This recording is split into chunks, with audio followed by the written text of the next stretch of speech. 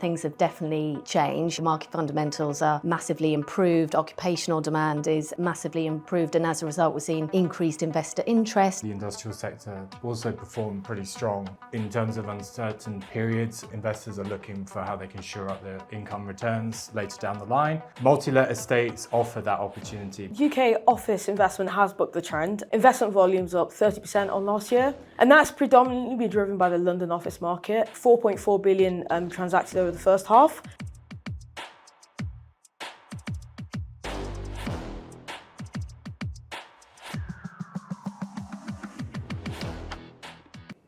Welcome to Market Minutes. I'm Marie Hickey and I'm joined by my fellow researchers Victoria Bajela on the office market, Lewis Rapley on industrial and myself on retail. And this episode focuses on current and potentially future dynamics in the UK commercial investment market. And after a rebound in transactional activity in the second half of last year, the first half of this year has been a bit quieter, particularly in quarter two, in response to wider global uncertainty. In this episode, we're going to focus on what's been happening to date, where are the opportunities going forward, and whether this will drive an increase in activity in the second half of this year. But I should say there's still plenty of downside risks to be mindful of. So, Victoria, on UK offices. UK transaction volumes, have been slightly more challenged over the first half of this year, down about 16% year on year, but UK offices actually bucked the trend. Where has this resurgence been focused? Yeah, so UK office investment has bucked the trend. We've seen investment volumes up 30% on last year. So really encouraging signs that, we're slowly creeping back towards the long-term average. And that's predominantly been driven by the London office market. 4.4 billion transacted over the first half. And that's up 51% on the same period last year. So really encouraging signs for the London office market. And in the regions, we're starting to see some pickup in investor appetite with the number of transactions completing up 16% on the same point last year. So, there are definitely signs of recovery when it comes to office investment. And what's driving this recovery? Is it a case that those concerns over agile working have dissipated, or is it just down to sort of the improvement in the debt environment? Yeah, as a combination of all those factors, like you mentioned, the debt environment's improved. But I think the key thing that's changed over the last year or so has been the story around return to work and return to office. There's a lot more positivity around that. If you look at any of the key global gateway cities in Europe or in North America, the majority of them saw take up on the first half. And that's just reflecting that improved sentiment for the office market. You've also got the underlying fundamentals being really strong when it comes to prime space. There continues to be really strong demand from occupiers for best-in-class space. So that's ESG credentials, great BREEAM ratings, EPC ratings. And, occupiers are particularly amenity-focused, so very big appetite for locations that are close to the core and that kind of thing. And with that, you've got this strong rental growth we've seen. Rental growth of about 6% per annum since 2021 for the London market. And for the regions, the big six markets, about 5% per annum. So you've got those strong fundamentals alongside the improving story with return to the office too, underlying that improved performance. Yeah, good levels of rental growth considering where inflation is. And getting your crystal ball out, where do you see the future investment opportunities for offices? Very good question. For me, it has to be city office. If you're looking at the costs right now, if you're looking at those yields and comparative to where they were pre-COVID, the prime yield for the city at 5.25 compared to 4% pre-COVID.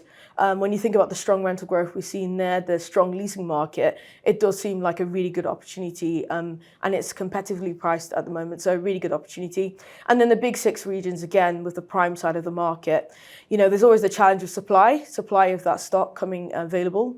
But, those are my top picks for the office investment market. Right, and Lewis, on to industrial. It was another sector that actually bucked the wider trend in the UK market. But like London City offices, is it value-add opportunities that are driving this acceleration, or is there a bit more going on? Yes, absolutely. As you mentioned, the industrial sector also performed pretty strong this year and against the long-term averages. But as you mentioned, value adds is certainly a strategy we are seeing investors now implement into their strategies. Particularly what we have seen is a significant level of investment into the multi-let sector. You might ask why that is. Well, in terms of uncertain periods, investors are looking for how they can shore up their income returns later down the line. Multi-let estates offer that opportunity because investors can come in, asset manage these assets correctly, re-gear the leases, get some rental growth in there, and then essentially capture that reversionary yield when they exit. So that's obviously a really important factor for investors is securing that long-term return. And we are seeing that significant increase in activity. But I think as well, other sectors are driving investment into the sector. We have seen the emergence of data centres. The UK government has identified them as critical pieces of infrastructure. So they're not here for the short term, they are here for the long term. For investors, that's very attractive because they put some money in now, come 10, 15 years down the line, they should be able to see some returns. Everything we do today is embedded in the cloud and then it has to be stored on the ground. So the data center market is definitely drawing more and more attention. And I believe that that will increase value add plays and investment in general into the sector. And sort of going forward, what do you think is going to drive increased activity in your sector? So outside of the sectors or subsectors of the market I've just mentioned, I think the overall sector is seeing this divergence between prime and secondary assets. Much like offices, there is this bifurcation in quality of assets. So whilst our supply figures may be elevated, when you really break it down into what proportion is grade A or modern day standard, it is a much smaller percentage.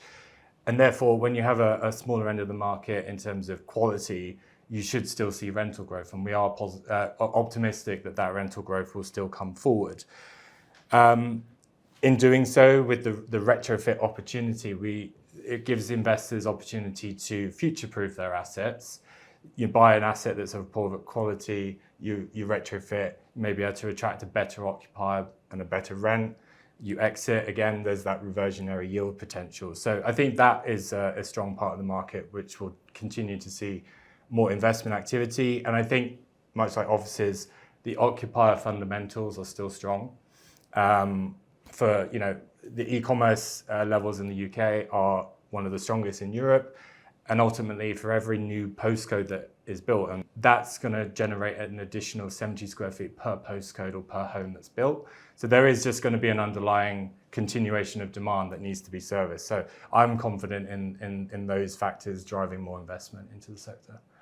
In terms of the rental growth you're seeing, is that still really strong, or has anything changed? That's a great question. Our baseline, scenario, taking in all things into account, our in-house models predicting between 3% and 4% per annum until 2028. And I think that's a pretty strong figure for any investor looking at where they can make long-term returns.